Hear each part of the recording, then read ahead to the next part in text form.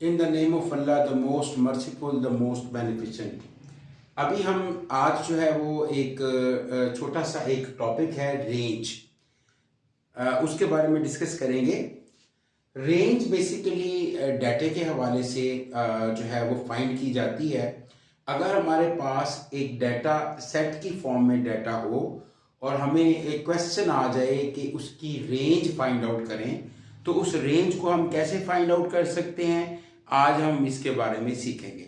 देखिए, रेंज को अगर मैं डिफाइन करूँ ना, तो range is basically the difference between the largest value and the smallest value.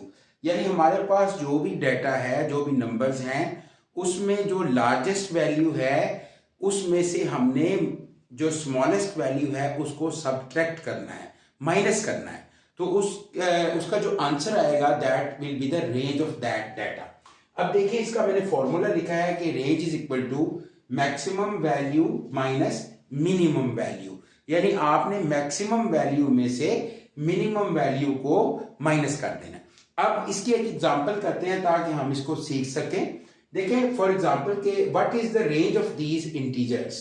हमारे पास एक डाटा है जिसमें डिफरेंट इंटीजर्स हैं। 14 है, -14 है, -12 है, 7 है, 0 है, -5 है, -8 है, 17, -11 और 20। तो अब हम रेंज कैसे फाइंड आउट करेंगे? इसके लिए सिर्फ दो सिंपल स्टेप्स होंगे। पहला स्टेप ये होगा कि हमने जो डाटा है उन नंबर्स को स्मॉलेस्ट से लार्जेस्ट तक क्या करना है, सॉर्ट आउट करना है।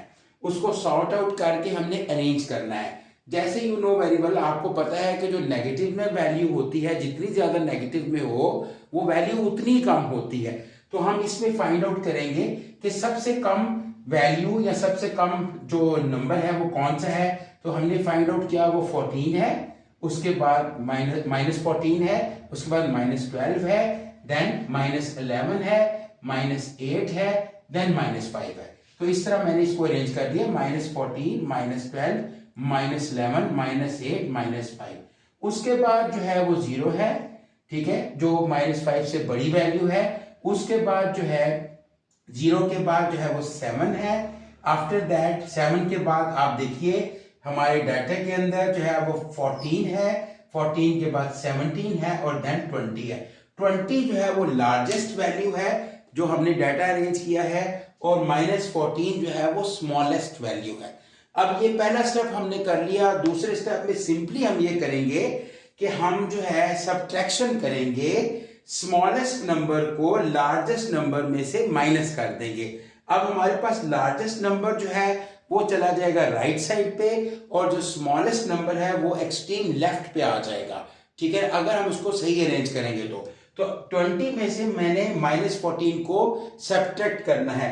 सो 20 minus -14, you know very well कि जब माइनस को माइनस से मल्टीप्लाई किया जाता है तो वो प्लस हो जाता है। सो माइनस माइनस प्लस हो जाएगा, 20 + 14, तो इसका आंसर आ जाएगा 34।